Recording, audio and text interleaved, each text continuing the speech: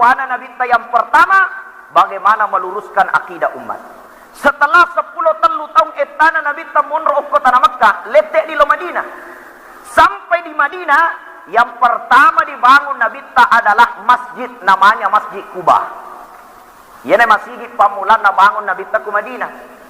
Jika joka ki umrah, joka ki haji, nanti ada season waktu, ya ki Madinah joka ki masyarah. Tiga ki joka masyarah, salah satu masjid yang paling afdal disyarahi di Madinah adalah Masjid Quba. Masjid pertama na bangun Nabi Muhammad sallallahu alaihi wasallam. Makanya Nabi nigi tahu mas sempajat di Masjid Quba, nasaba angka jenne na polia pole ribolana.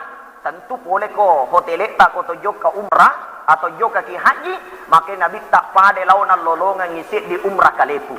Artinya napa ki joka mas sempajat duan rakang oko masjid di Quba itu pada ni launa loka ki umrah si serta. Itu hebatnya itu.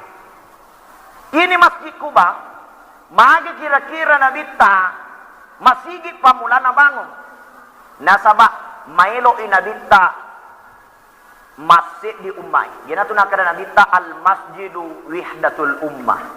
Na iya masih na masjid di ummah. Jadi ya tu koti mak bereja mak mi tahu ko masih insyaallah masjid di tu ummah. Coba gere ko mapamula camat kepala desa, imam desa, ya, majelis taklim, ya, apa kelompok tani, masjid di mana mak berjamaah ko masih insyaallah masjid di jamaah, masjid di pak kampung turu barakah. Ya apa ya ko yamin ada punga tawe nareko angka kampanye maka ada mak ada punga ki baja ko lapangan melok mak bagi lipat si bawa ko kasih tawe tak cica mak ada punga lalana si tawe ayana nasabari de nasib di masyarakat. Ya, ya ko melok ki pased di ummah rahasiana Nabi tak huyil masajid patu masih bahkan narampe di andesana Nabi tak maka de tandra-tandran ya tu kampungnya kampung mak barakah.